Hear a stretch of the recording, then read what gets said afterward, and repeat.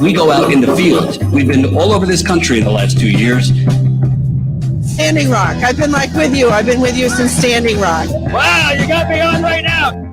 We're doing it, baby. We're going to South Bend. It's time you show the real Mayor Pete. In 100 days, they tore down 1,000 houses in 100 days. Thank you, whether it's Standing Rock or Flint or everything else you do. You know, you guys, it's not even like watching news. It's just watching truth, you know. It's not me and you, Jordan. It's the ruling class. It's David Koch. It's the Walton family, Jeff Bezos, Elon Musk. It's them, not us, that benefit from these illegal offensive wars. Come on over here. Whoa! We're here at the Bellagio in Las Vegas, and you are going to see live the actual caucus process. We are here. We go out in the field, and we give the microphone back to people. Yo! Cool! I know who you are, yo! How you doing, man? You're the man, yo!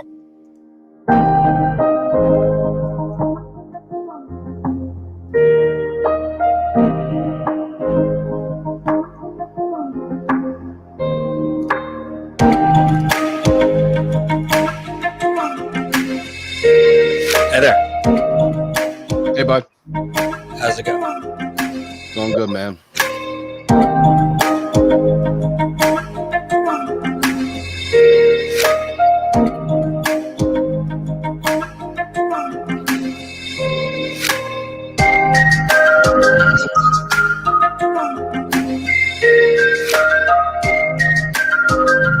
Have things been rough sledding for you too on all platforms?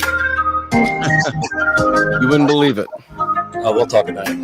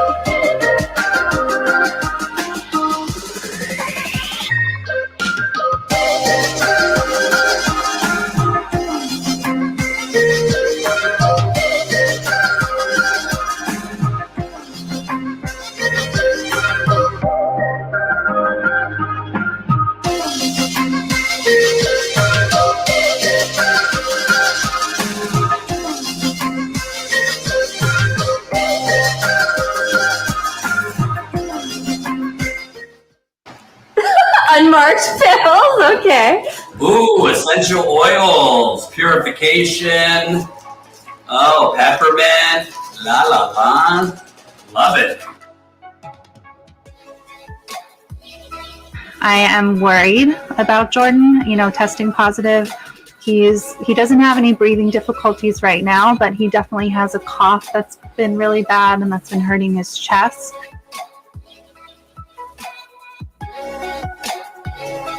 That's Fury right there. I've cleared out the desk and now got my drill a hole and we'll see how this goes. Hopefully well. We'll see how this goes. I have no general idea of what I want, essentially. So I'll try and get all this down to about a minute. We'll see how this goes. Especially I got 2 videos that we'll see how it.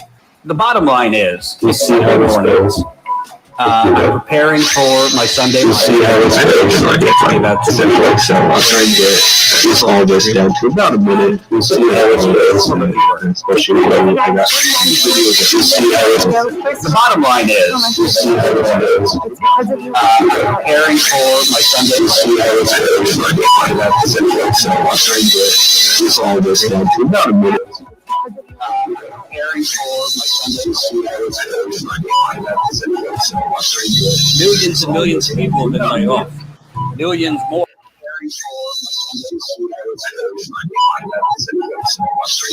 Millions and millions of people have been laid off. Millions more.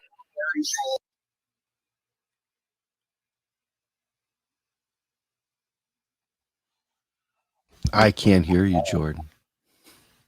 Hey, Jordan Sheridan. Good to turn on your microphone once in a blue moon. Delighted to be joined by Steve Grumbine of the Real Progressives. Haven't had you on in a while. Like your hairdo. It's called Gray. Au Natural. Gray and wise, I would say. Old and fat, man. We'll go with old and fat. Hope everybody's doing okay. Had a decent Memorial Day. You know, I don't know about you, Steve, but I don't know. I mean, yeah, I care, you know, soldiers, all that, you know, credit to them. But I have a hard time lately celebrating American holidays because America's so fucked up. I don't know about you, especially 4th of July when you're supposed to like, oh, you know, America's super duper awesome and blah, blah, blah, blah, blah. But like, essentially, we're living in a Hunger Games that continues to get worse as the neoliberals eat our cake. Yeah, absolutely. I mean, once, you know, I read Howard Zinn's book, History of the United States, and I think that book in and of itself, if most leftists have read it already, but for those who have not read Howard Zinn, you want to learn how to really, really hate your holidays, read that book.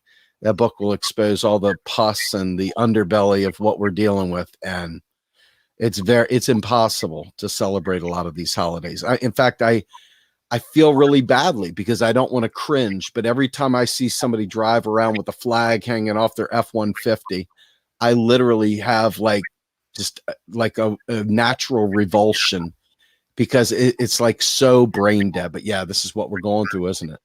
Yeah, absolutely. And, you know, we'll talk about YouTube and other things later. But to me, we've had the media essentially looking for what is their identity in a post-Trump world. We've seen CNN, MSNBC, the New York Times, essentially kind of continue just to look back at January 6th, continue to, you know, focus on that, whether, you know, the fight over the commission, all these things. I've said, you know, I'm for a commission. It's fun, you know, great. I don't think it needs to, you know, it merits 24/7 media coverage. And other than that, you know, a little coverage on the mass shootings, not exactly challenging politicians per se, just covering it. But they're not really talking about the economic elephant in the room. Obviously, Biden and the Democrats totally fooled you on, oh, coronavirus treatment's going to be free. You don't have to pay for it. Biden said that during the Democratic primary. We're seeing more and more horror stories out there where people are, you know, $1 million bills in the hospital from being hospitalized. But now that the pandemic's kind of over-ish, the eviction moratorium is over in just a few weeks at the end of June. Every state is different. Some states have longer moratoriums, but the federal eviction moratorium, which is really what landlords have to are supposed to oblige by, is over at the end of June. CNBC article here says basically you have, let me show it on my screen. You have more than 11 million people. Let me know if you're seeing that, Steve. I got it. More than 11 million Americans are behind on their rent, and many could be pushed from their homes when the national eviction ban expires in June. This is the CDC's moratorium, which has been in effect since September, which will lift on June 30th. The policy has been far from perfect at keeping renters housed. It's reduced It's reduced the normal number of evictions filed over the same time period.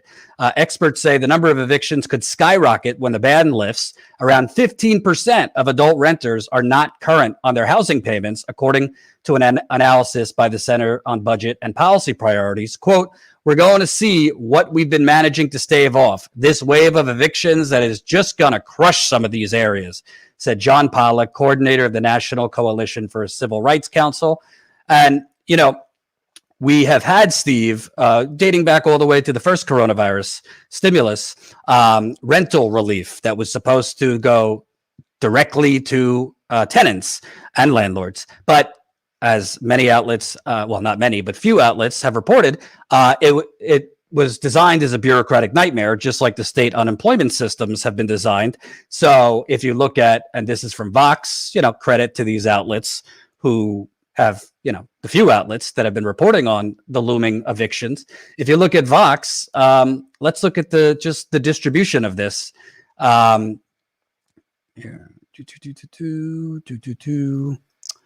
Georgia's Department of Community Affairs told me that it has distributed more than $4 million in rental assistance funding to landlords and tenants. The state has received over $552 million. Oh, wow. $552 million. They've doled out $4 million. Delaware, Joe Biden's neighborhood there, State Housing Authority said it distributed 40,000, 0.02% of its allocated funds. Idaho Housing and Finance Association, 6.1 million of the 175 million they've received. Colorado, 2.8 million has been approved from the 247 million it received.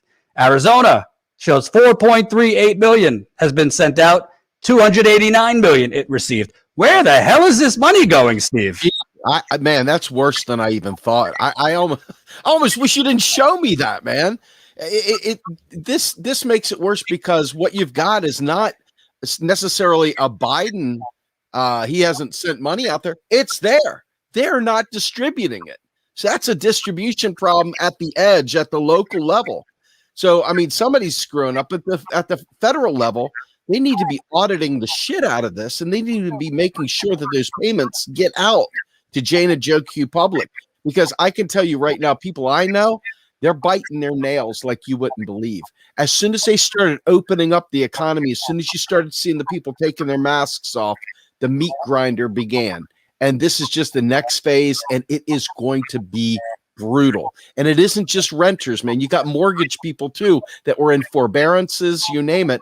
And the tsunami is going to be epic. And unfortunately, as you know, many people, when Joe Biden finally accepted the nomination, went back into hibernation for another 4 years.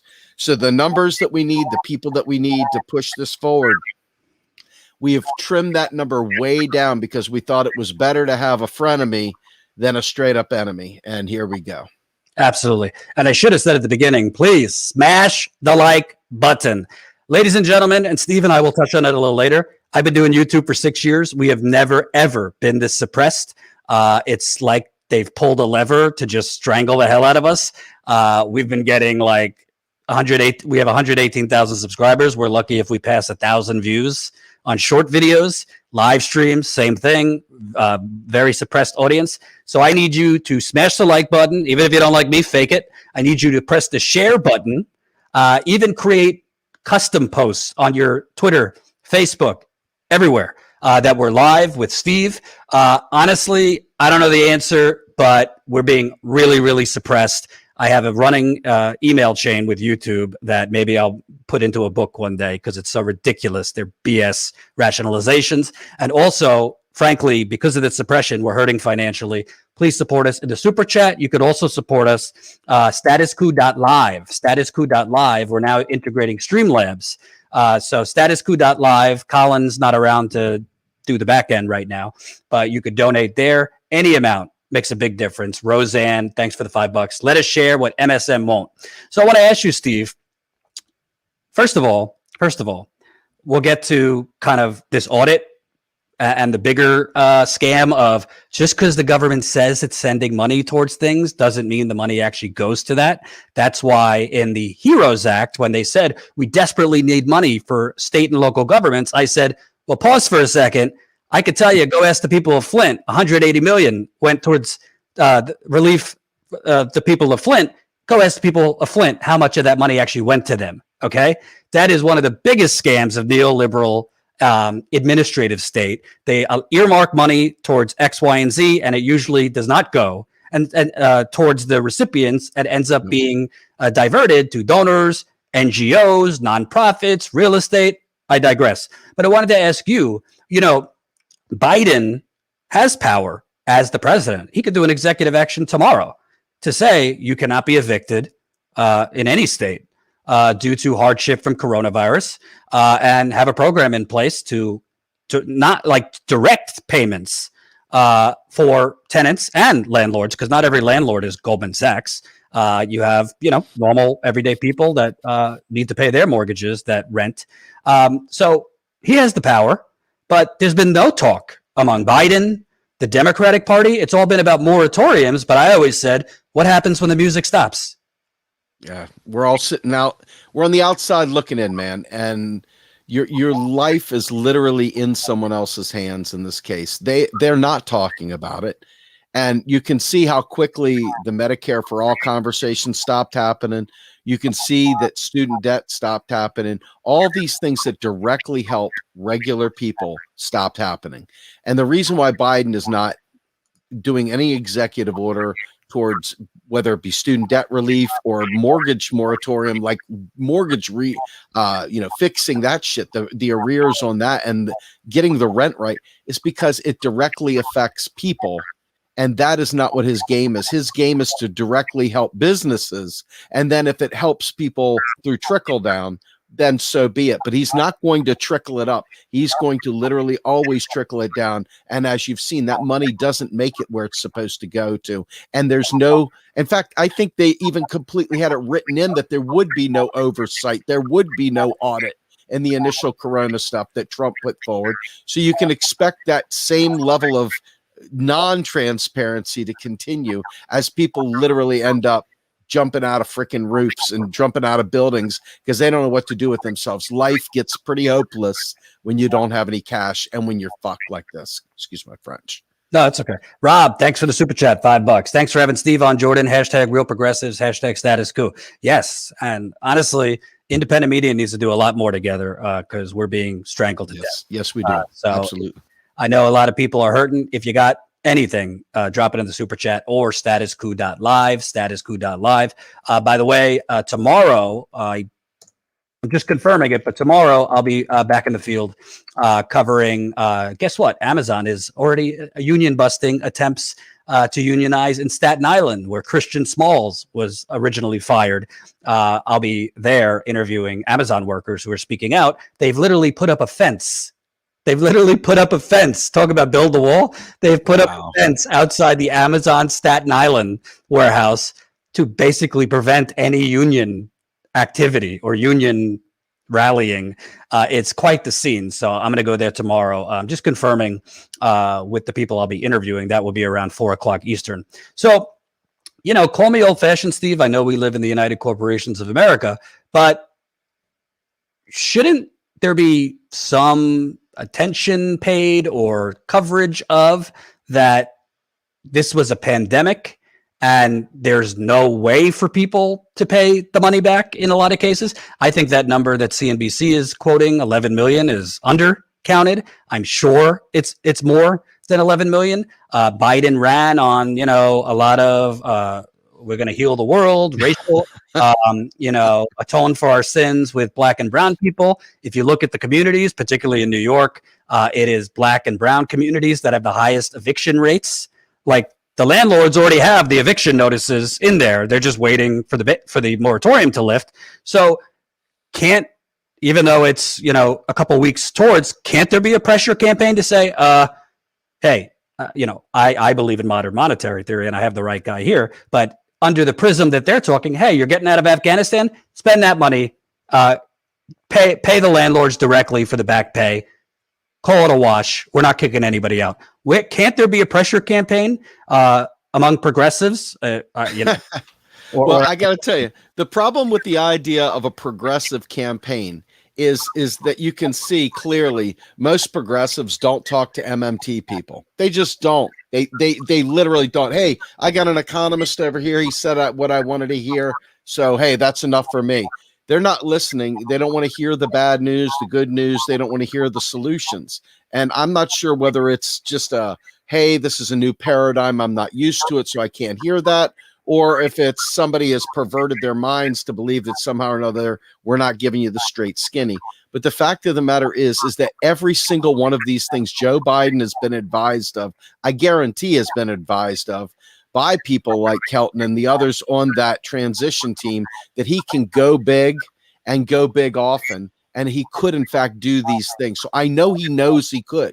I know he knows he could on the student debt stuff as well.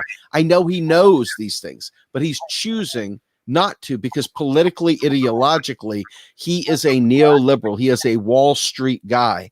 And the people that are surrounding him are Wall Street people. And so the idea, again, in any way, shape, or form of direct payments to people is the last thing he wants to do. And unfortunately, getting progressives to agree on whether the sky is blue or purple is like almost a bridge too far right now. Too much division, too much insane division. And so putting a pressure campaign on maybe a small cadre of people that are, ready to take it on. But a lot of folks, the minute you tell them something that their ears don't want to hear, it's done. There's no chance of getting together and making people work together in that way. We're seeing this with the state-by-state Medicare for All fight, trying to explain the difference between a currency issuer and a currency user, and their heads are exploding, and we're bad guys, we're right-wingers, we're naysayers, blah, blah, blah. So when you look at something as important as rent and mortgage relief and debt relief, getting progressives to agree on how to solve that problem, they think they woke up at a Holiday Inn, and so now all of a sudden they know economics.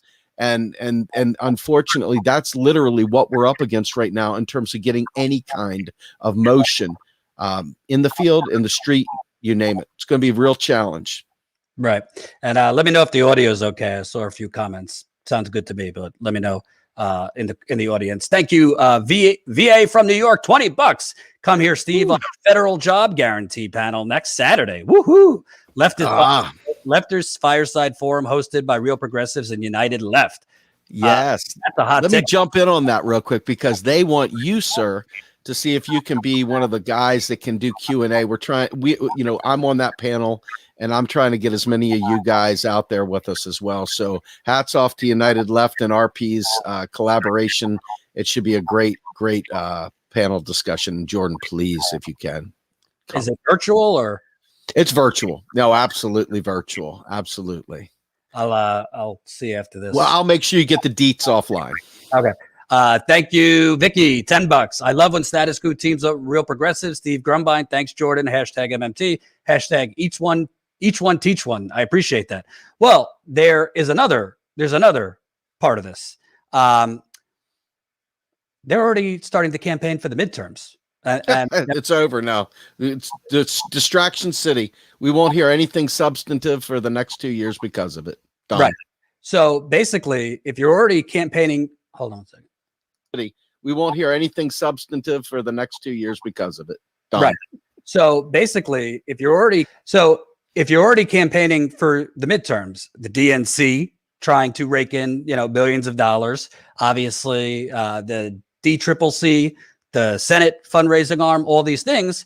Well, you kind of need your Wall Street donors. You kind of need your real estate donors, your financial lawyers, and they are all invested in these properties of getting that rent collected.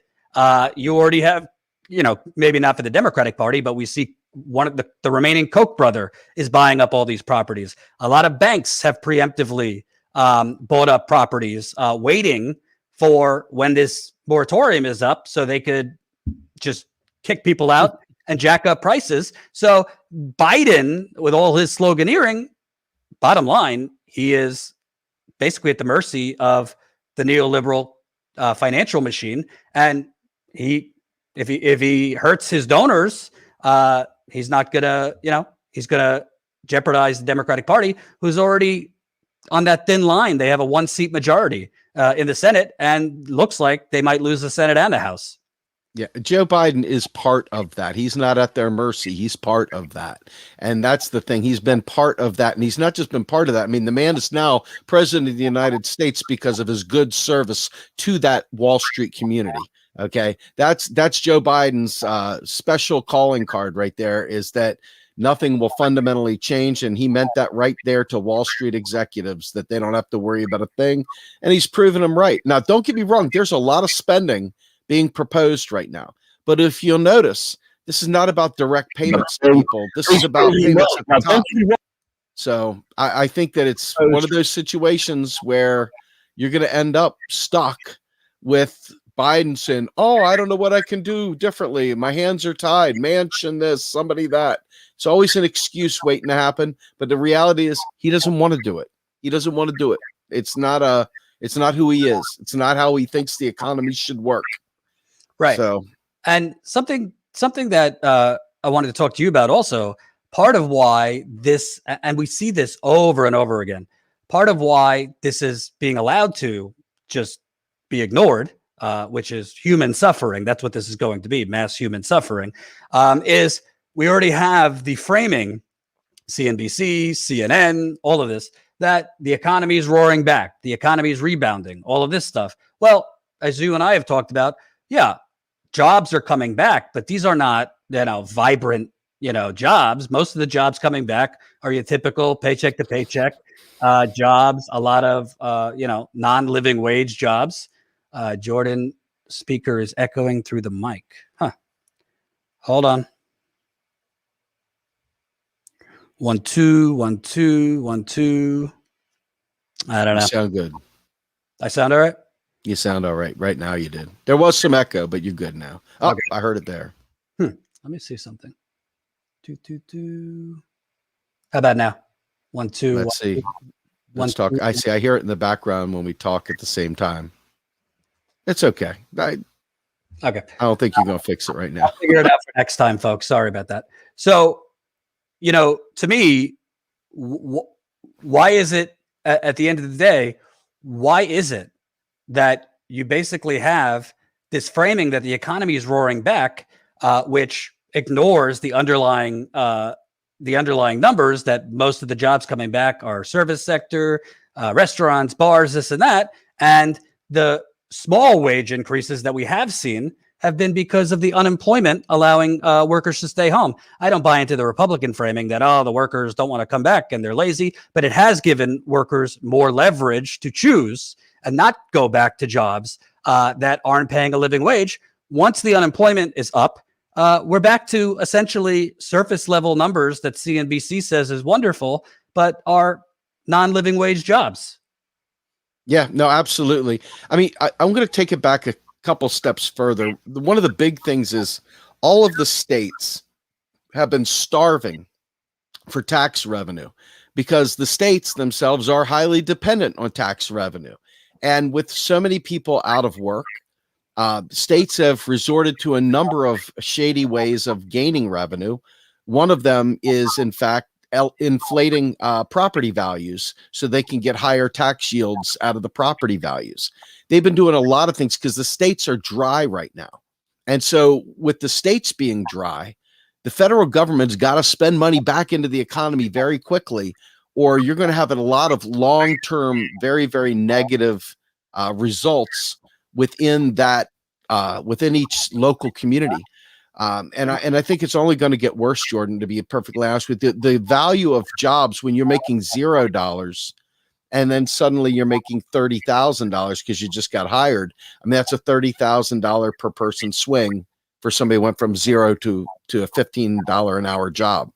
And that's all that is I think it's 30 or 33,000 a year is $15 an hour. So this spike in whatever is the net average, and it's looking at those increases. I think that's really what it comes down to. And it isn't going to last for long. Even if it does, it's just making up for what was lost.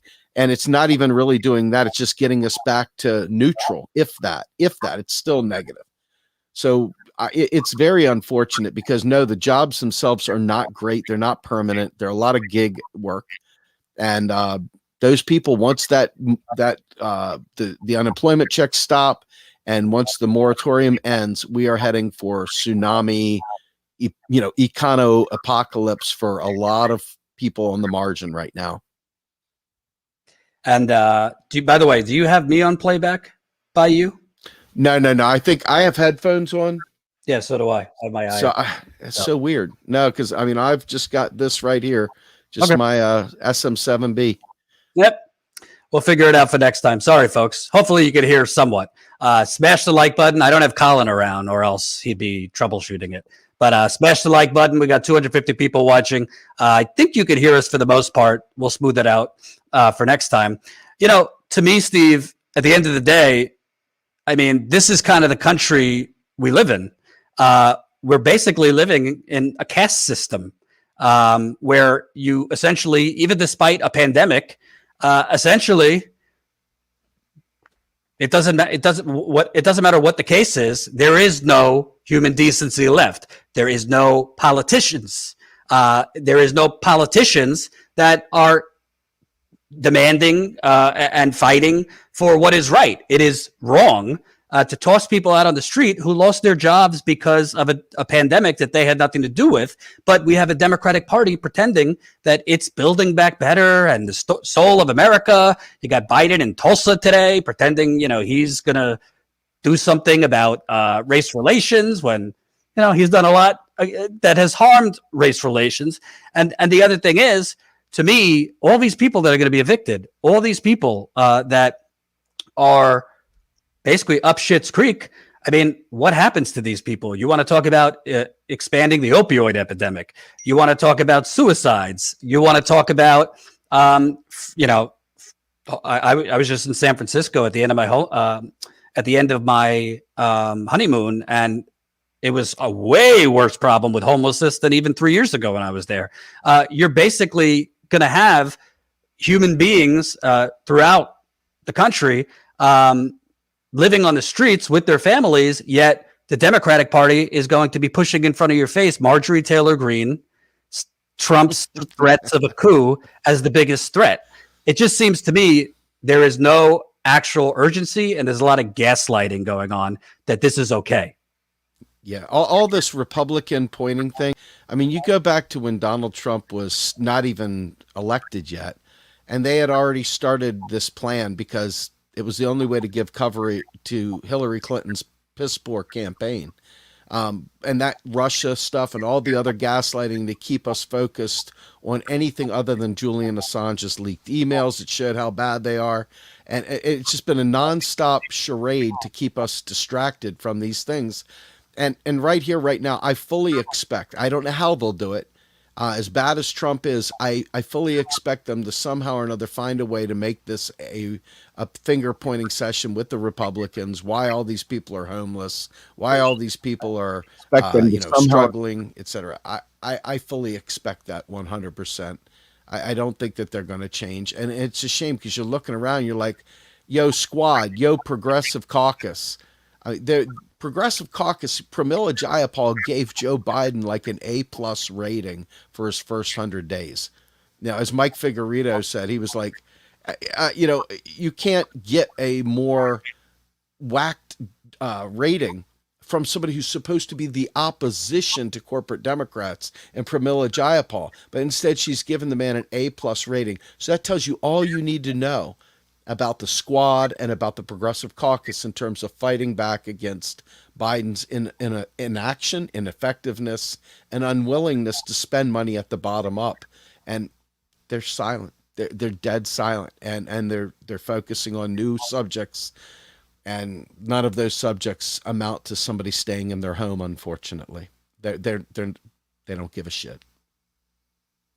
Can you talk about, from an MMT point of view, how easy and how simple would it be to just directly pay landlords for whatever back pay is owed, as well as for a lot of people who have been able to pay their rent but have accumulated debt elsewhere? How would that work out? What would be the mechanism where tenants could stay and direct payment would come? Yeah. So from an MMT perspective, these are the most boring conversations. People like, is that all? Is that the end of the conversation? It really is this simple. I mean, Joe Biden can either write an executive order that staves off any of these things. He could write an order saying, period, no, there will be no rent checks from the people. They won't have to pay back debt or whatever. He won't do that. From a congressional perspective, they were to pass a law. All they have to do is vote yes, and the money is spent into existence, every bit of it. We talked about this with Pavlina Trineva about a right to a job during the pandemic and nationalizing payroll to keep everyone home and paid and to keep those businesses flush so that when we did land back down and reopen, that nobody would be in a hole.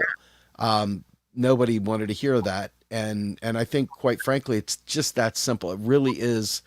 Pass a bill, spend the money into existence, done. It's that done. But it's so easy that people's heads explode when you say it. It really is that simple. There's nothing whatsoever preventing them from doing even more than what we're talking. We're like groveling at this point. Like, please just give me some Skittles. Please just give me a chunk of dial. Please. I mean, we're begging, and they're giving us absolutely nothing. So it just shows you from, we could do so much. I mean, outrageous. And we could pay people's houses off if we wanted to. But instead, we're not going to do anything. So it's, from an MMT perspective, this is super brutal because you know how absolutely simple it would be to solve. And it's not happening. It's not going to happen either. And somebody just asked, well, what about the inflation if you were to do that? What inflation would that be about? I'm curious. What inflation? I have no idea. Well, the old Chamber of Commerce, Lauren Summers, right. fear mongering that just spending until you're drunk or whatever would create inflation. But I don't know. Isn't gentrification creating inflation? A lot more than federal spending is. Absolutely. In fact, I mean, see, what happens is this. I will say this. Real quick. Spending. Real quick. Smash that like button. We almost have 300 people watching, but I need more people to press the like button and share this live stream. Go on. Yeah. Whenever you spend money, okay, money spent, that's a flow. And so whenever you spend money on things, yes, you can create inflationary conditions. There's no question about it. Having money growth and having money spent on different things will in and of itself not necessarily cause inflation. It's just a distribution thing when you've got everybody having more money and suddenly they're able to do more with it. It's not necessarily that there's all this money. It's about how many people have that money and how much demand they have inside themselves that they'd like to exact with that money. But in this case, what we're talking about is just making sure that the old debt doesn't come and bite these people in the butt. We're not talking about giving them new money. We're basically saying that money that you were afraid, that was going to hit you, we're not going to let it hit you right now. And so it's really, in essence, just making the landlords whole. So there's a little bit of a problem there as well, if you think about it. Hold on one second. Cammie, go out there. Do not come back in here, Butterfish. Going out there. Pandemic living, man. My son. Here, come say hi to everybody real quick, and then you got to go bye-bye, okay? Come say hi. Hi. That's Cameron. Hey there. So Cameron's a superstar. Love you, buddy. Now going out there. Do not come back in. Shut the door behind you. Thank you. Love you. What a cutie. Hey, man, it's better than saying, get out. Take it as it comes with. Keep those super chats coming in for Steve's wonderful kid. Yeah. By the way, Steve, I forgot to mention, talking about a scam and an audit, the New York Times reported California has only paid out $1 million of $355 million requested by tenants and landlords. So, I don't believe we should have done it this way in the first place. We should have done direct stimulus like a debit card, UBI, whatever you want to call it, to tenants rather than 500 different programs. If you read in Vox and other places, half the time people don't even know it's available to them. Half the time people don't know when the deadlines are. They miss the deadlines. The applications are shut down. But where is all this money that was spent? You only hear, and the campaign ads will be out there, We acted swiftly. Democrats, under Biden, gave $25 billion in rental assistance. You're not going to see the headlines. Apparently, most of it went into an empty vault, or now a full vault. The money has not been distributed, and there's no talk about it. There's no calls for an audit. There's no calls for, if the money hasn't been distributed, maybe we should just switch it up right now and just give the money straight to the people. So let me ask you a question, and I'll be perfectly honest with you. I don't know the answer to this question I'm about to ask you. When it comes down to the money, is this money that was earmarked for these locations that is only spent as needed, or is this money that was literally sent to these jurisdictions and is sitting there that they then distribute? That's a logistical question I don't know. Most of the examples I just read to you have already been sent. That's ridiculous. But not distributed. So there's just money just sitting there. Yeah, the states were focused on the actual pandemic and lowering the cases and stopping the spread and all that. But, states have treasury departments too. States have, financial departments. It just seems like a lot of these programs, including unemployment, by the way, are designed to fail. And yeah, you could say, well, maybe Biden did do his job and the money went out. No, not if it's a fucking a disastrous maze that people can't get the money. And I just say, I think these programs are intended to fail. I want to tell you something super important. To me, this is the most important. Most folks, I hope, if you can ride with me just for a second to get through this, I promise you this is going to start making some sense. If you look at like Detroit, Michigan, before Flint's water problem even, okay, Flint had been really in receivership. They had been taking the important museum artifacts and all the history of Detroit and literally selling it off for piece parts to try and make up for their debts. You have that same exact scenario going on in Puerto Rico. You have Pittsburgh back in the day when the steel mills shut, that was a complete rust town. You have Buffalo, same exact thing, and you've got the entire Rust Belt where jobs have left, businesses have left, and all you have is people sitting there like fish on the shoreline, flapping away, getting ready to die in the sun. And that right there is called the race to the bottom, where states like Texas and states like Kansas will lure these businesses down. Why does this all matter right here, right now with what we're talking about?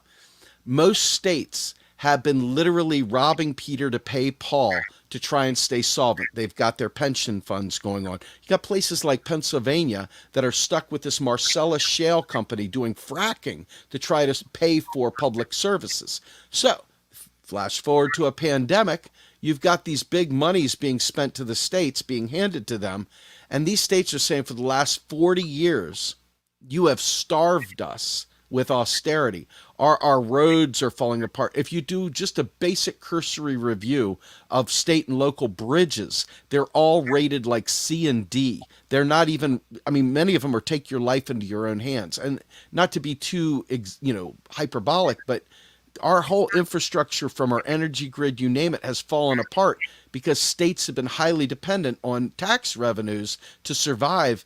And you look at the school systems even. The school systems are dependent on those rich people that live in their jurisdiction and the taxes that they pay. Well, what happens when you don't have those revenues coming in? These states are screwed. So the minute you put that money there, if it wasn't encumbered with an exact, it must go here or you don't get it. And they did not do that. In fact, that was one of the big things, was that they could spend that money and there would be no accountability. But without encumbering those dollars to make those states do, you must provide housing relief with this 50 million. You must provide healthcare with this 25 million, whatever. If they're not going to physically audit that and make that happen, it will not happen because the states are literally belly up. And I can tell you right now, in Pennsylvania, where I'm from, you've had a $600 million shortfall for the state. And they're like, what do we do? We don't know what to do. How do we raise taxes? What do we do? And the schools are falling. There's so much decay as a result of the states not having enough revenue from taxes. And so this is where the federal money, we really need to focus on where the money comes from. It's not the states, it's the federal government. And without that constant infusion from the federal government, the states are left to make a lot of bad choices. And when you have things that could benefit the people, like helping them out with their mortgage or their rent, that doesn't necessarily compute when they've been sitting there taking out bonds and everything else to keep government funded and flowing and keep roads so that they're drivable. And they're like, hey, you know what? We're going to go ahead and take that money and we're going to use it for these other things that have been bankrupting the state now forever. And so this is the real story. And I hope folks pay attention to that race to the bottom, because it's also the thing that's going to stand in the way of people trying to get state-based Medicare. And there's a lot of folks out there with good hearts and good intentions, but are absolutely economically illiterate and do not understand the implications of making such a move. That race to the bottom, folks, it is very real. Remember Rick Perry raising his hand bragging about how they were bringing businesses down to Texas? Yeah, he just thought it was the greatest thing in the world as he'd steal another headquarters out of a state, and that whole tax base dries up as it leaves, and then there's Texas laughing their way all the way through. And they're still cutting their own services. In the major metropolitan areas, Texas is beautiful, but out in the suburbs, those people are living just as bad as they were in Kansas. So I think it's really important to focus on this. Is a bigger problem than just the moratorium ending and just the unemployment ending. This is the full state-based race to the bottom, and it's going to be dog eat dog, and it's going to be brutal. And I also think something that you'll never hear on CNN, you mentioned the Flint example. When you have this race to the bottom, when you have states and cities like Flint, Detroit, Cleveland, Milwaukee broke, guess what happens? Oh, the privatization vultures come swarming in like the hyenas from the Lion King. Oh, because the states and the cities that are broke, who are they going to turn to? Oh, the private sector and public-private partnerships, which are really just window dressing for privatization. It's already happening. And, you know, we've seen banks during this pandemic buying up a lot of these properties, and it's all happening with no progressive resistance. Bernie's asleep, you know, always my OG, but now what's he doing? Nothing. He huffed and puffed. I'm going to hold up aid to Israel, and then he folded like a cheap tent. AOC, Rashida Tlaib, Ayanna Pressley, Ilhan Omar, Ro Khanna, Pramila Jayapal, Jamal Bowman, Cori Bush. We got a lot of tweeting going on. No progressive resistance. Again, 4 weeks, eviction moratorium over. I'm not seeing anything from them. Biden, moonwalking on the public option. Crickets. Biden has already abandoned the $15 minimum wage, and there's no progressive resistance. And basically, the Chamber of Commerce, groups like Third Way are salivating. You know, Third Way funded by Wall Street that, you know, the media says is centrist, but is really radical and right wing, because this is just setting up a vacuum. The people that are going to be evicted, the states and the cities that are broke, for big banks, big oil, big pharma, big real estate, Silicon Valley, to go ham. Yeah, absolutely. You know, Jordan, I think one of the biggest services that you provide out of all the services Status Quo does, from the in the field reporting, which I love, good on John Farina for all the work he's doing, and you and Jen and you know, Tina Desiree Berg, etc. One of the things that is really powerful about what you do, unlike many of the other channels, is you're literally focusing on the problem at hand and how to solve it, not just whining about it, not just waxing on about it, but literally looking for solutions. And I think that's really important, because right here, right now, our movement is lost. I went back into my old photos, Google Photos, going back to 2015, 2016, and looking at all the memes and all the different things that we had going back in the day, and watching the Bernie Sanders Twitter handle that literally he was just taking no prisoners back then. It was like Wall Street banging on him, and looking at all the other progressive folks out there just banging, and then watching as they changed. Because I saved these screenshots not on purpose, but it's just the way the Google archive works on my pictures. And sure enough, you watch as they all change their tune And I'm telling you right now, we elected these people, all those progressive names you put out there, thinking that they were going to fight for us because we had no other voice. And they have not done that. They have not done that at all.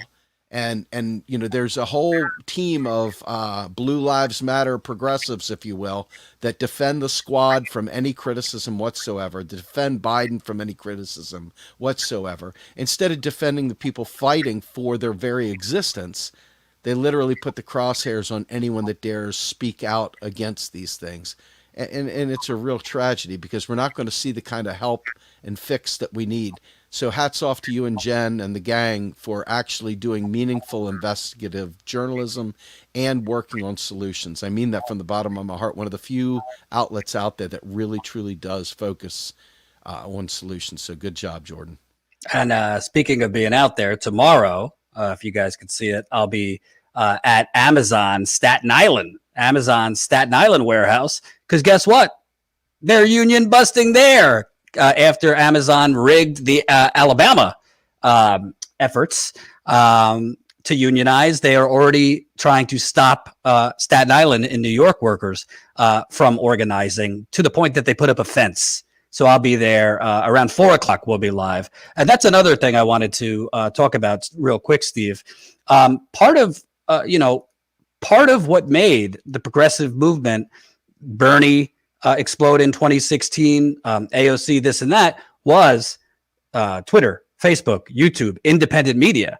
But that's also being attacked right now. And I don't think a lot of people understand it, the severity. I mean, obviously we're not facing eviction physically, but status quo, we have 118,000 subscribers. Normally we get around 400 to 600 live stream viewers. Shorter videos, typically, 2,000 to 4,000. I mean, for the last few weeks, suspiciously, ever since I was on my honeymoon, but Jen covered Israel-Palestine, the war, and told the truth about what Israel was doing, all of a sudden, we were having trouble cracking like 150 live viewers. And YouTube is giving me nonsense via email that, it's, click-through rate and this and that. I'm like, no, doesn't make sense. When a channel has 118,000 subscribers, and by the way, went up almost 10,000 because of John's reporting in Minneapolis and North Carolina on the murder of Dante Wright, on the murder of Andrew Brown. Doesn't make sense when you go up, you go down in views. But this is happening everywhere, and it goes to further suppressing not just my outlet and our ability to survive, but the truth about there's an eviction apocalypse coming up. The truth about the progressive movement is sleeping. The truth about these pipelines are still going in all over the country. All over the country. These pipelines are still going in. The truth about you see homelessness in LA, in San Francisco, in Portland, Seattle. I mean, the attacks on independent media are not just a media issue at this point. It's a political issue because it's further quieting the left, in my view. Well, we have 130,000 followers on Facebook.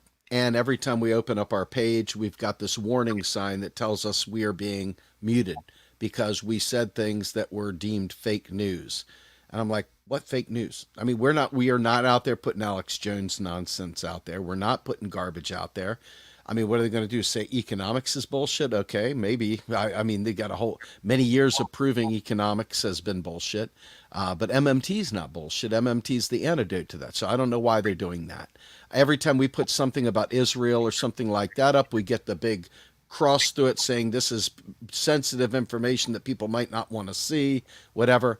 We're constantly getting warnings that we're going to get deplatformed and taken down if we say anything else that crosses whatever line. We don't even know what line it is, right? Over on our YouTube channel, we did it backwards. We screwed up. We focused on Facebook and said, screw YouTube. Well, YouTube over here, we got 10,000 subscribers. Please help us at Real Progress in Action. But we got 10,000 subscribers, and you could go live for 30 minutes with people that follow you. Forget if nobody else likes you, it's fine. But the people that subscribe to you aren't even getting the notifications. And we'll have 3 or 4 or 5 or 20 people max, maybe 35, something like that, watching live. And it's like, what the hell? I mean, we used to have, like on Facebook, we'd have 500, 600, 700 people live, stuff like that. Now we're lucky if we get 30 or 40.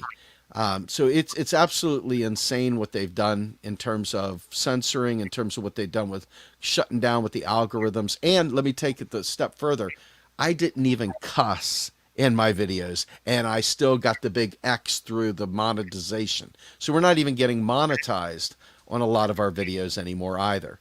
So it's horrible. I don't know how we survive through this. I'm not even worried about I'm worried about the money, but I'm not as worried about the money as I am just simply, hey, I'm not doing this because I think it's a fun hobby. I'm doing this because the stuff I want to tell you, I think is really important for you to hear. And when I get stifled, I get insane because that bugs me because I'm in this as an activist, not as a media person.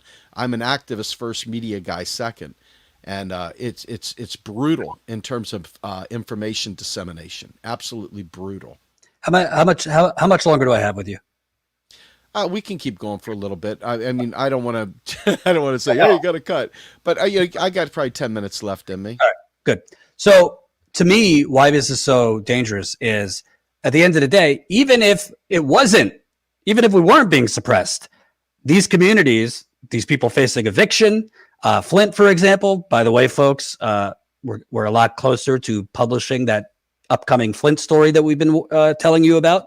So there's progress on that. So we haven't been sitting on our hands. We're working on a major Flint follow-up, and it's something, let me tell you. But already you're not going to get major commercial media attention on these issues. You're not going to get major commercial media attention on the homelessness, on the lack of health care, on the climate catastrophe. You're going to get more Marjorie Taylor Greene, Louis Gohmert, Trump, however they can get Trump into the media. So already we're at a disadvantage, but then you add on essentially an invisible lever that's squeezing everybody, including Jimmy Dore, Kyle Kalinske, whatever. And it could wear on you. I mean, when I was going live to like 150 people last week, you start wondering like, oh, maybe there aren't as many people out there that care about these issues. It starts getting in your head when you don't realize, no, people just aren't seeing it because it's being intentionally throttled. And that's another thing I truly don't understand, particularly for the progressives in the House, Bernie, people that rose through digital media and independent media, particularly AOC, who got on the Young Turks, Jimmy Dore, and other programs, why they're not screaming about this. Because it is not just about our livelihoods. It's about progressive policies, progressive priorities, and actually developing the progressive movement. You can't build a movement if people don't know, things are on fire. you can't build them. You can't get people that aren't currently progressive interested in these issues or to learn MMT or anything if people don't see your content. I have people asking me, Jordan, where you been for the last week? Like, we were live. They don't see it. So, obviously you don't have the answers, but to me, this is a political crisis at this point. Let me tell you something. In the chat right here, I was sitting there looking. It was all I could do not to light a firecracker on this one. But person says, hey, if you're monetized, you're not an activist. Let me tell you something. In my organization, we have 2 nonprofits. We started as just a bunch of Facebookers getting together, trying to get this message out there and realizing that we're up against incredibly well-funded, well-organized opposition, not only politically, but media-wise and business-wise and everything-wise, okay? And so when 100 volunteers get together and try and do something important, like be able to create videos and stuff like that, having to get them Adobe Creative Cloud, having to be able to get the website up and running so you can get your information out there. You need to even know what the mission statement of the organization is. And when you have that many people getting 0 paycheck, by the way, okay, 0, but putting in 80 hours a week in their craft for free, and not looking for a paycheck necessarily, looking to get the information out there. People like that, when they just come in and they go, oh, I'm going to be the Karate Kid and sweep the legs. I'm going to make some shit comment about, not being an activist. I'm telling you right now, when I sit there and I have to put my son, who y'all just saw a little while ago, when I have to put him on the corner, put him back there and get him playing or watching a show so I can do something like this, I call that a sacrifice for him and for me. And I hope it matters, right? I hope that sacrifice translates into something that changes out there, because for me, there's no money in it. It's just a matter of, and so when they stifle your voice, see, for me, it's real. I'm a real believer in what I do. The MMT stuff I talk about, I'll wake up at 3 a.m. to be on a show across the world. I'll do whatever it takes to get this message out there. And to me, to be slagged and to be stifled and to be shut down and algorithmed out of the equation is like somebody literally taking a pillow and shoving it on your face when you're sleeping at night so you can't breathe. And I hope people start really thinking about the people that they're slagging. We're working our asses off. No, I'm not looking for a pat on the back, just making the point. We're working our asses off. And we're in a field that requires money. The cameras require money. The lights require money. The freaking platforms require money.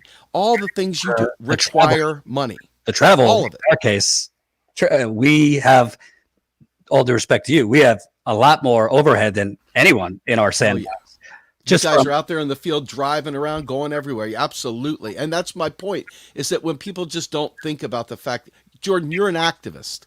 Everything you did for Flint, nobody else did. You weren't getting rich off of Flint. You're out there driving to Flint, interviewing the most vulnerable people. I call that, monetized or not, hardcore activism that you can't do. There's no glory in not having enough money to be effective. There's no glory in that. If you find glory in that, my God, help us all. Right. Absolutely. And, to me, I think, and by the way, not to get into it, but we're currently behind the scenes talking to one platform about maybe doing some exclusive stuff for them. I won't get into it until it's done, but possibly doing exclusive stuff once a week off of YouTube. But to me, at the end of the day, people need to understand, like, we're not going to get change in this country if people don't wake up and start fighting back. And if, I'm also talking about start fighting back against the progressives that are letting us down. At this point, I've never got into like sellout talk, but at this point, they are selling us out. They are selling us out because they're not fighting. I mean, I look at the tweets.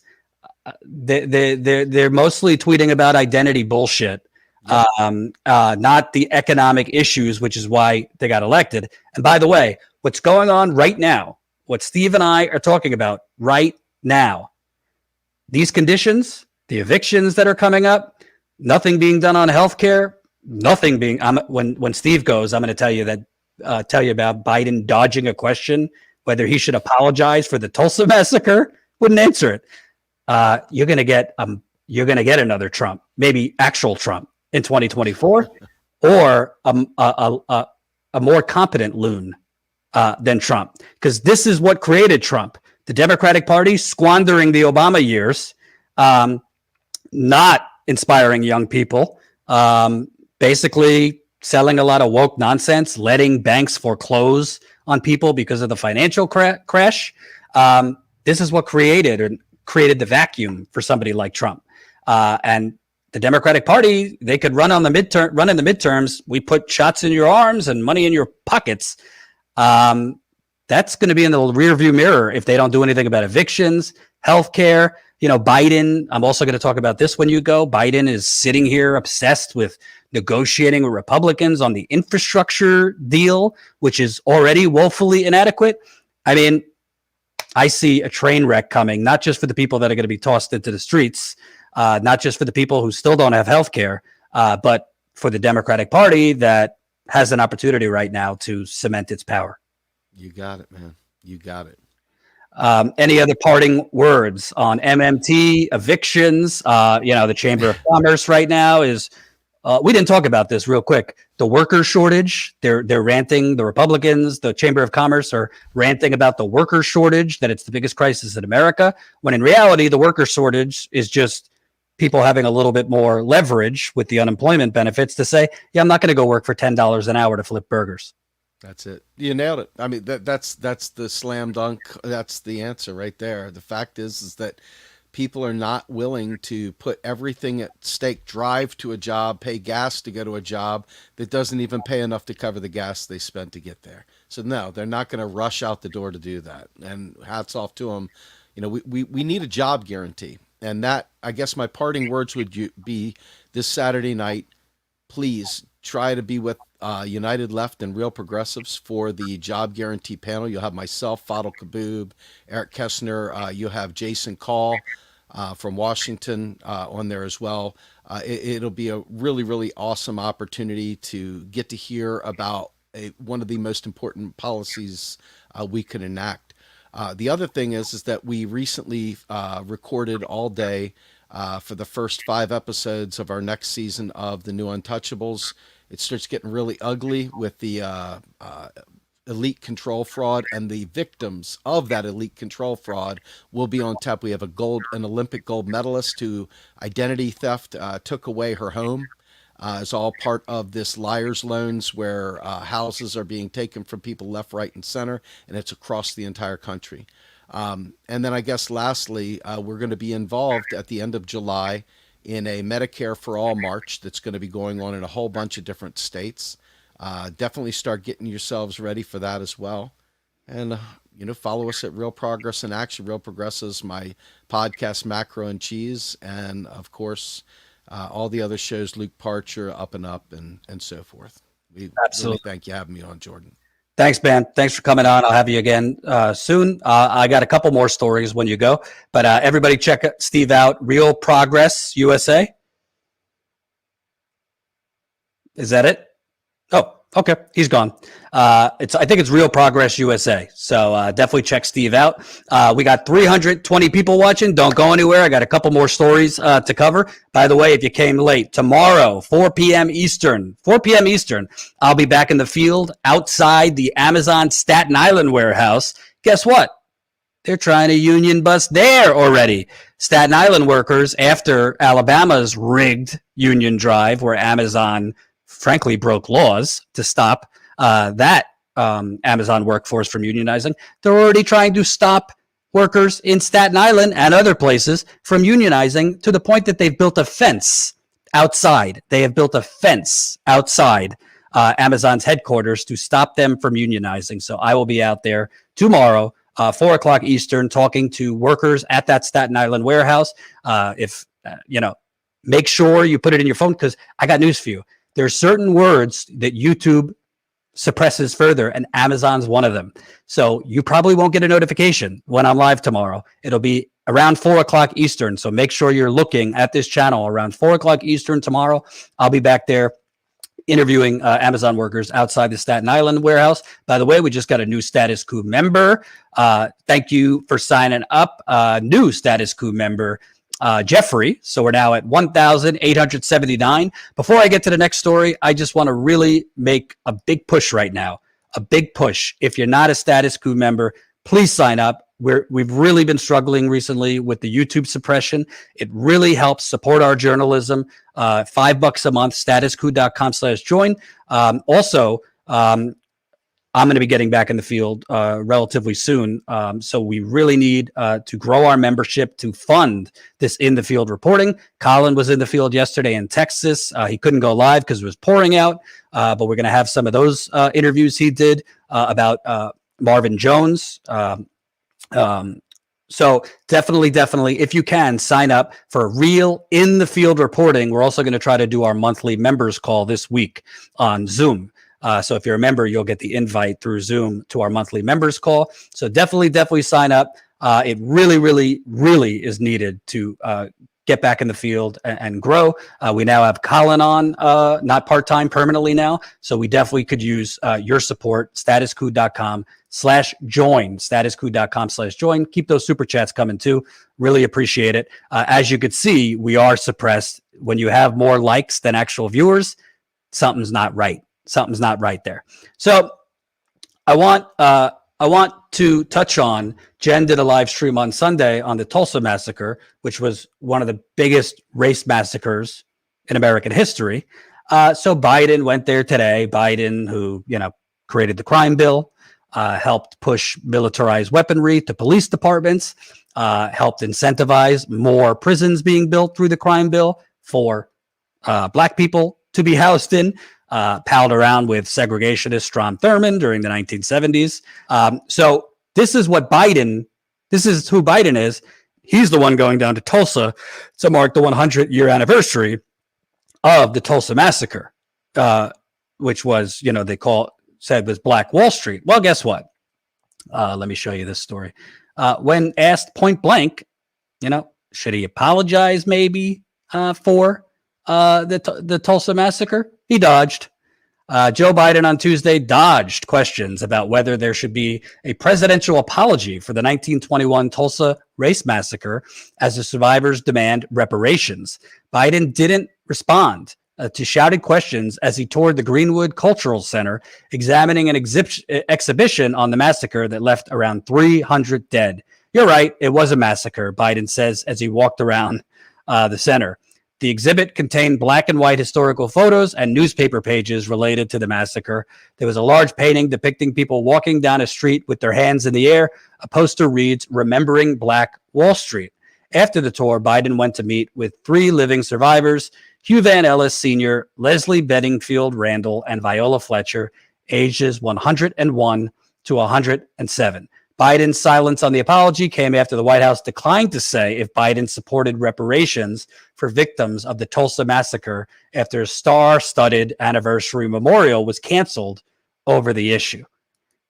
So, literally, the President of the United States can't say, yes, I, as the President, apologize for one of the biggest race massacres in American history. This is ridiculous. It is obscene. But Biden's FDR, the New York Times is. But Biden's FDR, CNN tells us. But Biden's FDR, Washington Post tells us. This is why, during the campaign, when people like Puff Daddy or P. Diddy, whatever his name is, and other black leaders were saying, what are you actually going to give us? We need to, I'm a white person, so I'm not telling black people how to think. But if you remember, black leaders, pop culture, music, were saying, the days of just automatically giving you our vote, and you coming to churches during election time, but doing jack shit when you're in office, those are over. And Biden, frankly, the reason he got in, the reason he won was because of black people coming out in Atlanta, which won him Georgia, which because of black people coming out in Detroit, won in Michigan, because of black people coming out in Milwaukee, won in Wisconsin, because of black people coming out in Philadelphia. Yet, what is he doing for black people? What is he doing about I don't even call it police brutality anymore, police terrorism. The Department of Justice is opening some investigations. You saw Andrew Brown was wrongly shot to death on body camera. You have a police cover-up going on in Louisiana about Ronald Green, and he wants to give more money to police departments under the guise of reform.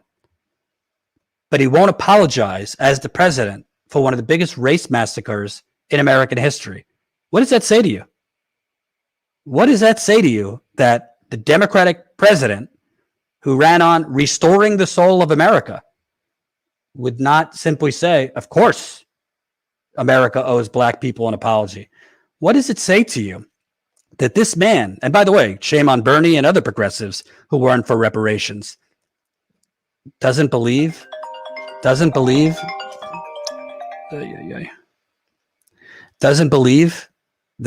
the living victims of Tulsa massacre are owed reparations? Well, why would he believe that if he doesn't think the Native Americans are owed reparations? A lot of people pushed out nonsense about Marianne Williams. Doesn't matter if she wasn't your cup of tea. She was the strongest on reparations. So, like we've been talking about how it's just being normalized that millions of people are going to be thrown into the streets and evicted in a few weeks. It's now, it was my dad calling. It's now the president won't apologize for the biggest bloody massacre, not the biggest, but one of the most horrific massacres in American history.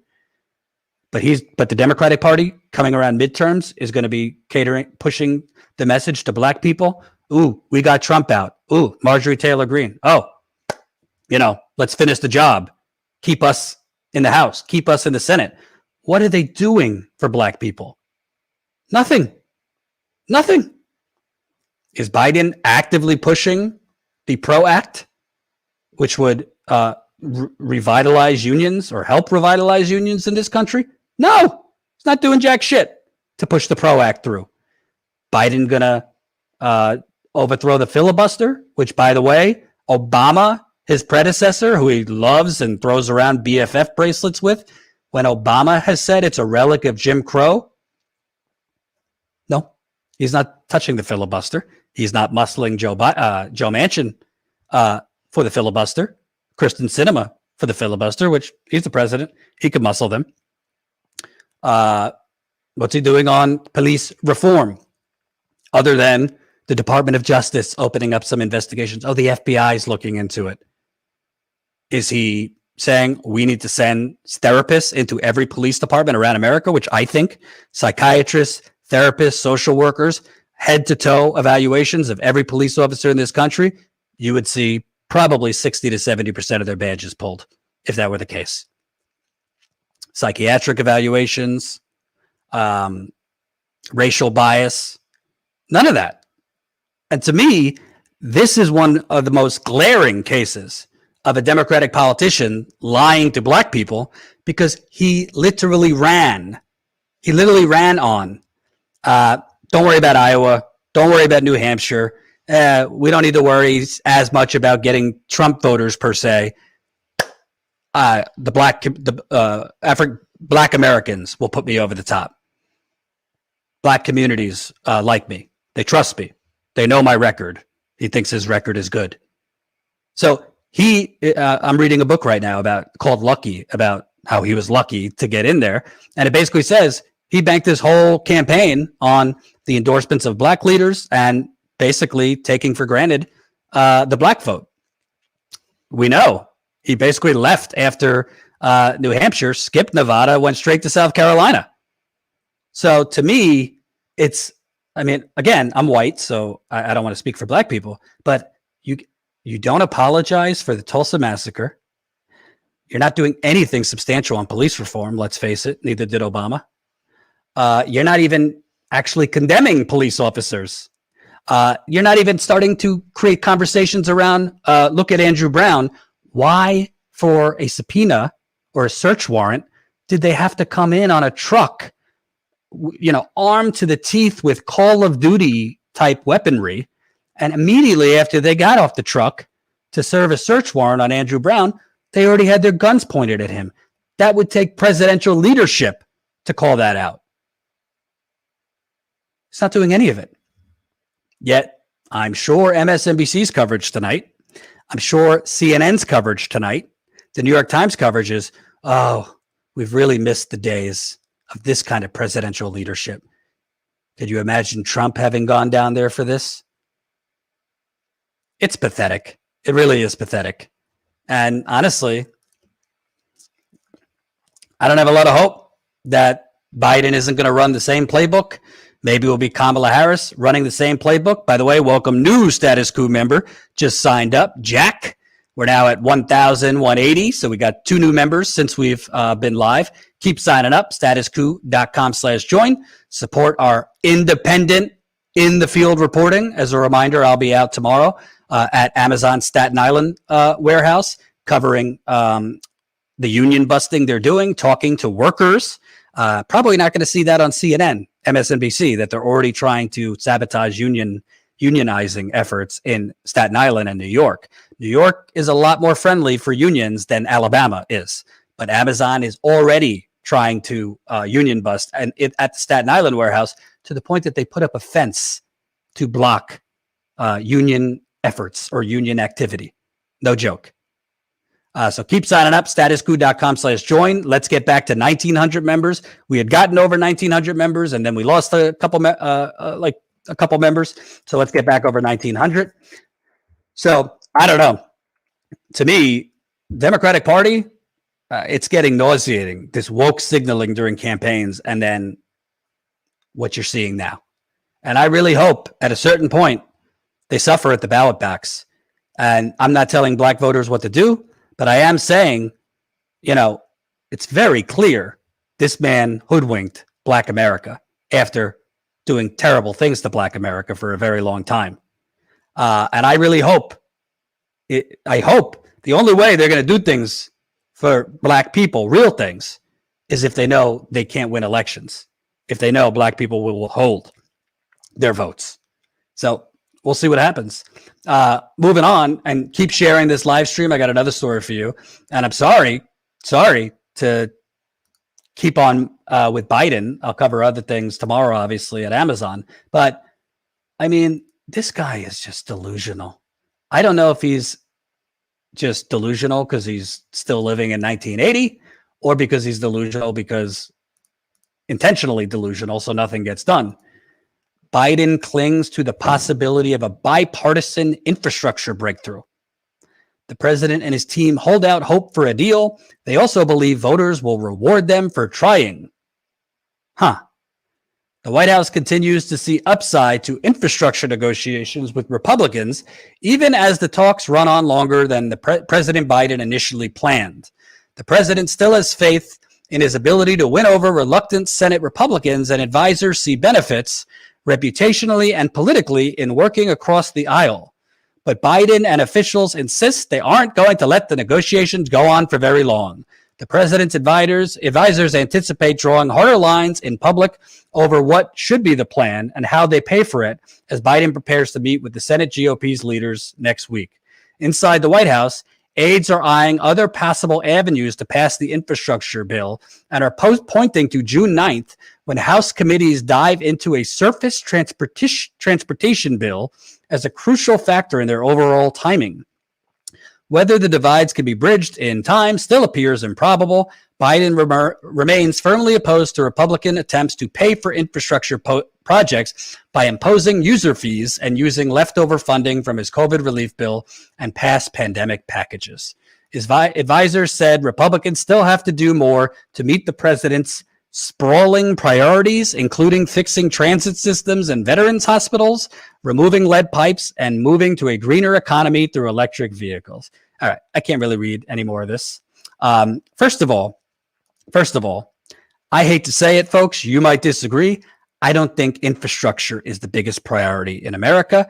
I think we need to tackle infrastructure.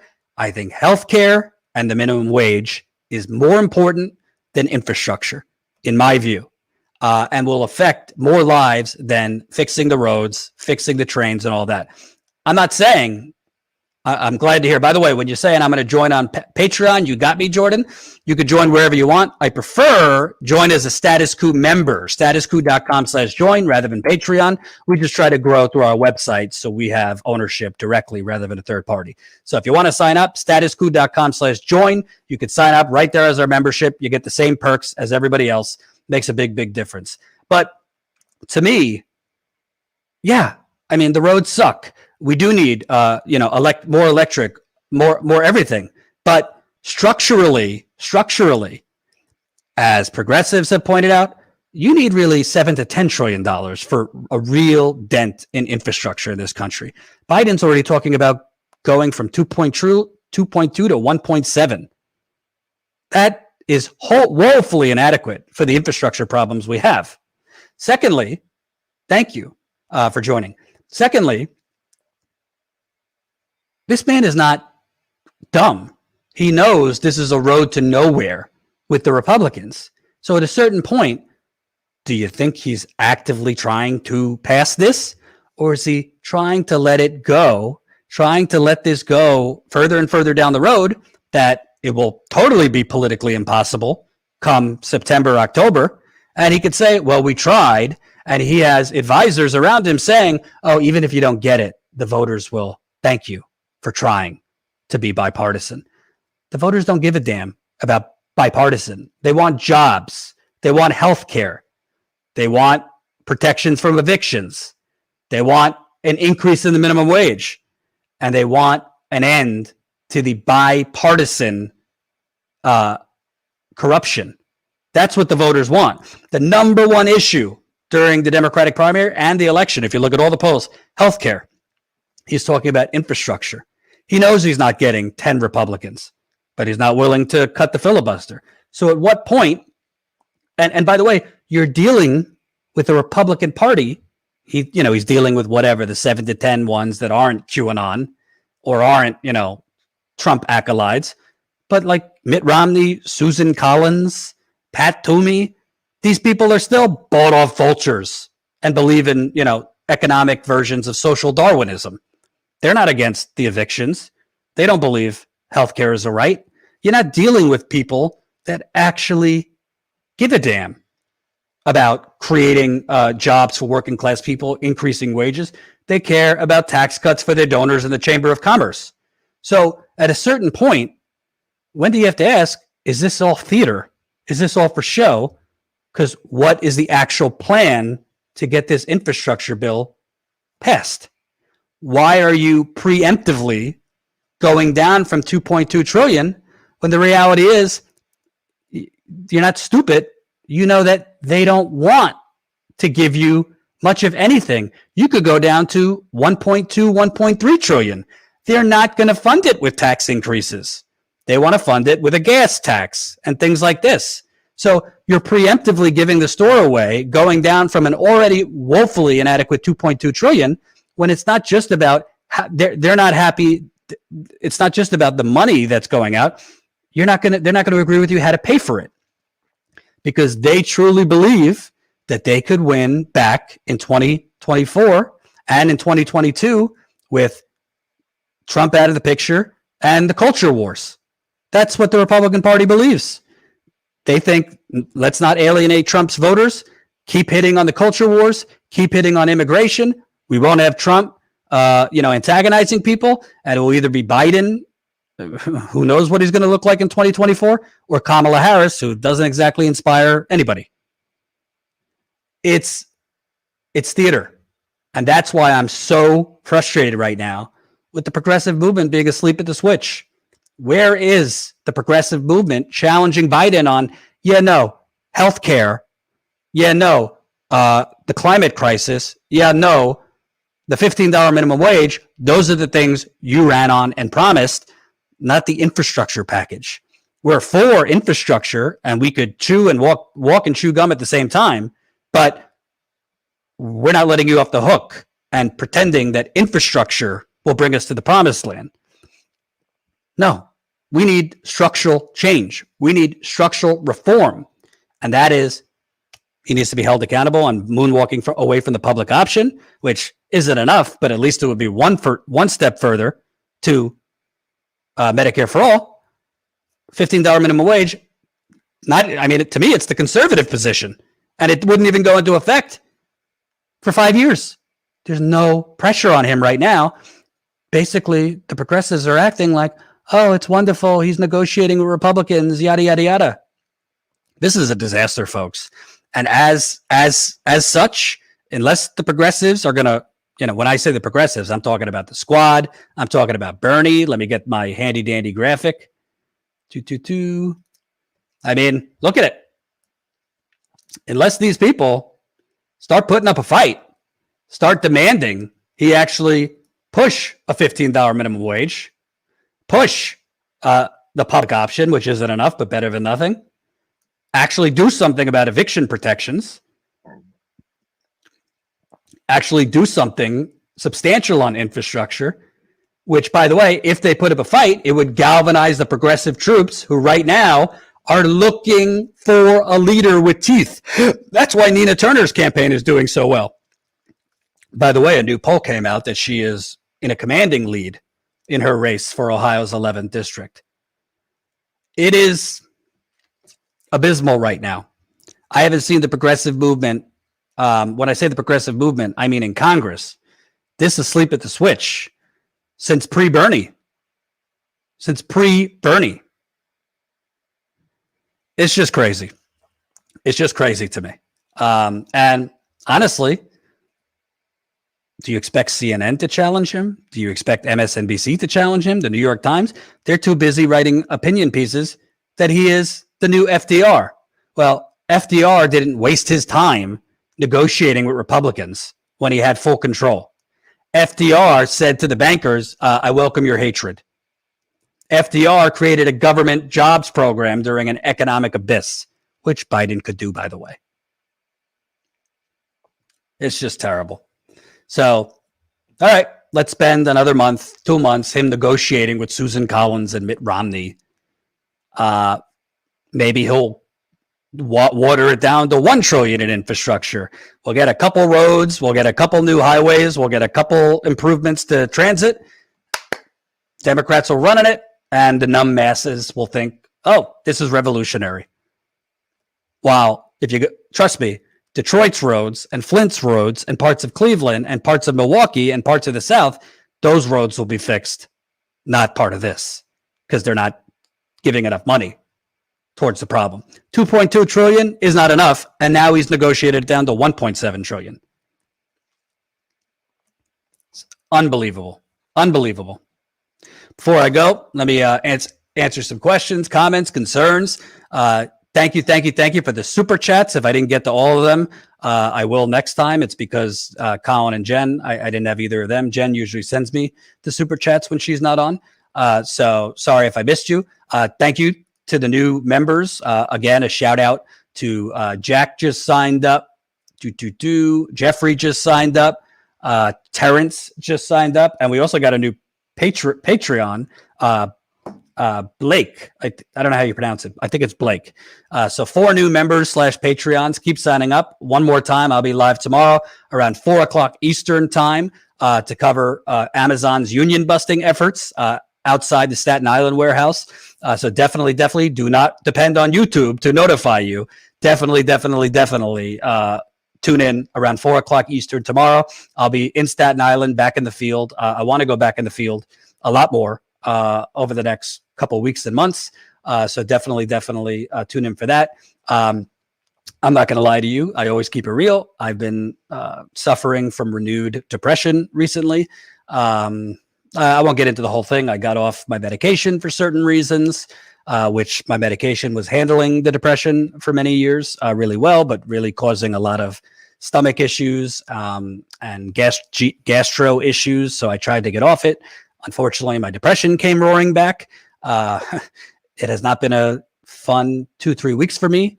As you know, for people that have suffered with depression, when you're feeling depressed, it doesn't feel like it's going to lift. It feels, it doesn't feel temporary. So right now I'm kind of going through it. I'm trying to kind of dig myself out of this, and status quo, I'm trying my best to be myself and report, everything you expect me to report, and be in the field to cover things while my mood, isn't quite there with me yet. So just bear with me. It's a real thing.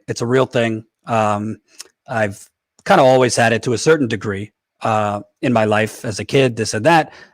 Certain medications help the depression, but then cause other problems.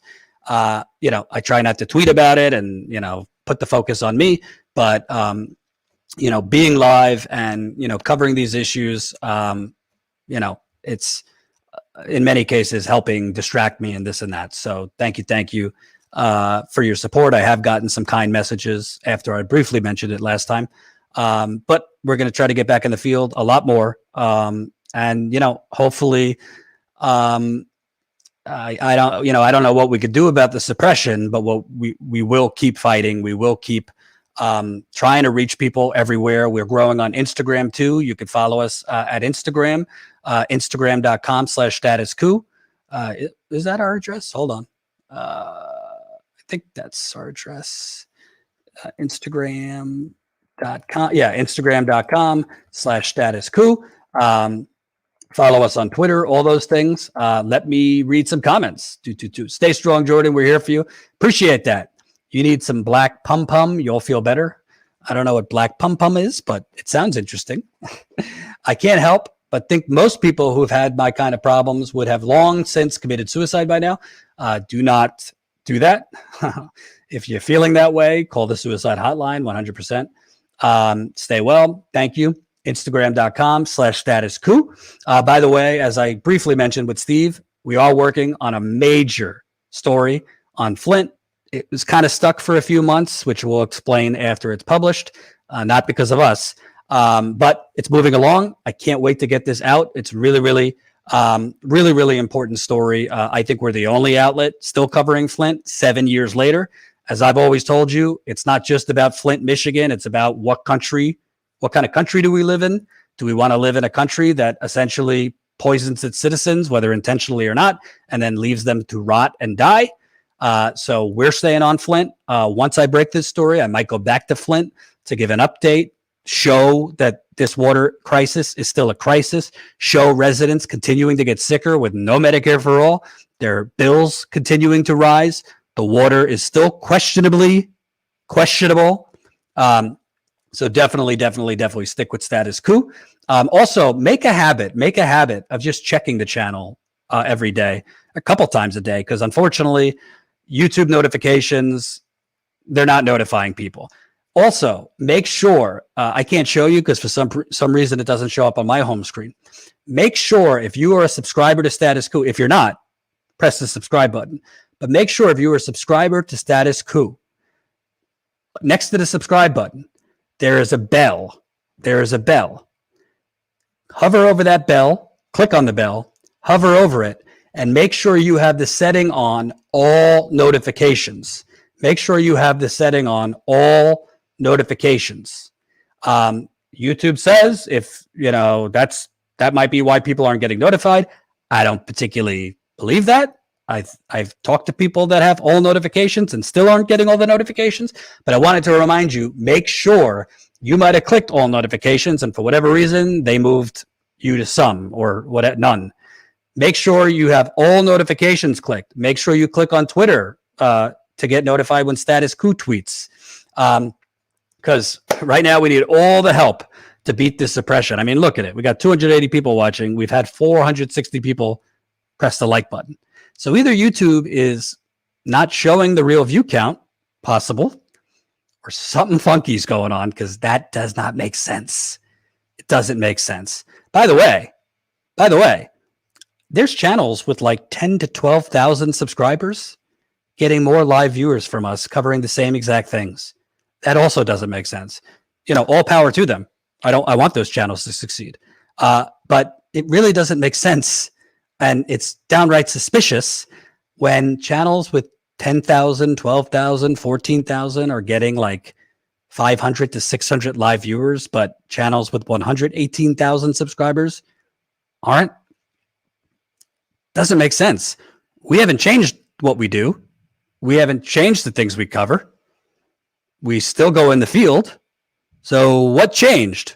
Not status quo. Something changed on YouTube's end, but they cry ignorance, and that's not the case. So Chris says, I can confirm I've seen 10,000 subscriber channels. And some of those channels, whatever, are doing like clickbaity, like, oh, Jimmy goes after the Young Turks, or the Young Turks goes after Aaron Mate, or whatever. I'm not criticizing channels for covering that kind of stuff. We tend to cover more like issue-based stuff. TYT, what a train wreck that's become, huh? What a train wreck. I mean, I don't like what happened as far as my departure, but can't say I'm missing working at TYT. I have never, ever seen an outlet self-detonate like Jank and TYT. They seem to forgot who they were when they started. I tried to watch a clip the other day, and it was unrecognizable. It literally was MSNBC. I used to say it was like MSNBC, but a little more edgy. It's not even edgy anymore. Just terrible. Just terrible. So definitely, keep supporting Status Quo however you can. Please sign up as a member. We also appreciate, the continued GoFundMe donations. Our GoFundMe still is active and still is going. I'll put the link in right here. If you can't, worked. I'm resubscribed for all notifications. So Bertram just did what I said. So Bertram had pressed all notifications, but for whatever reason, they moved her off of all notifications. So please make sure make sure next to your subscribe button, click that bell, hover over the bell, make sure you've pressed all notifications. And unfortunately, look back periodically to make sure they didn't unchoose it for you. Because as Bertram just told you, they're unchoosing it for a lot of people. Too much gossip on TYT. Listen, TYT deserves what they get. I think some people do TYT segments a lot because it does well in views. I could tell you a whole lot about TYT, but I've moved on and I'm not going to waste my time. But it really is sad. The one thing I will say about TYT, and thank you, Adam, $5. 5-minute meditation has helped me with depression. Good luck. Google UCLA guided meditation. I'll look into that. I actually just downloaded a meditation app that I'm going to try tonight. Interview Rose McGowan. I do want to interview her. I saw her on Jimmy. It was really good. So one thing I'll say about TYT, they are kind of just your typical corporate rag now, but it's such, to me, as revolting as some of the things they've been doing for years now. It's such a wasted opportunity. They had the resources, not of CNN, but they had more resources than Status Quo, Jimmy Dore, just about anybody. They could have, when they fired me, they could have continued with the in the field reporting, hiring real reporters to go out and cover the similar stories that was growing their audience that I was covering. They could have grown, Jimmy was still there for a while after I left. They could have given him a daily show, which would have only benefited their channel. They could have, after Hillary Clinton lost to an orange orangutan, they could have went after the Democratic Party like Cenk said he was going to on election night. Instead, they just became a loony 24/7 Trump derangement channel and barely covered that the Democratic Party was moving right to the right. It's such a wasted opportunity because honestly, if Cenk would have doubled down on the things that were working, push forward Jimmy and others who were still there, TYT might be $1 billion company at this point and might actually have helped elect more progressives, which they said was their might have helped push us closer to Medicare for all. It really is sad seeing people sell out and not even realize they've sold out. It really is sad. Really is sad. So, but Status Quo, their stupidity is channels like ours, Status Quo's gain. Their stupidity is our gain, for sure. So, a couple public service announcements. Again, I'll be live tomorrow, 4 o'clock Eastern, outside the Staten Island warehouse, covering Amazon's latest union-busting efforts. Also, I'm going to talk to Jen about what day. Going to try to do a members call this week. So please sign up as a Status Quo member for as low as $5 a month. Statusquo.com/join. Statusquo.com/join. At the moment, I'm thinking possibly Thursday night might work for that. So if you're a member, you know how fun it is. It's been a while. So statusquo.com/join, sign up as a member. I'll talk to Jen, but I think Thursday might work. Thursday night for the members call. And definitely keep sharing our content.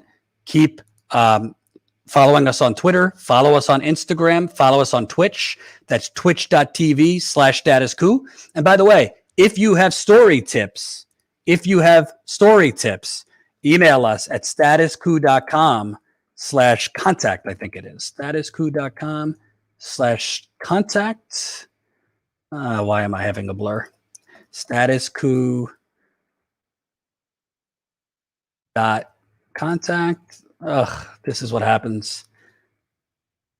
Yeah, statusquo.com/contact. I'll show it to you right here.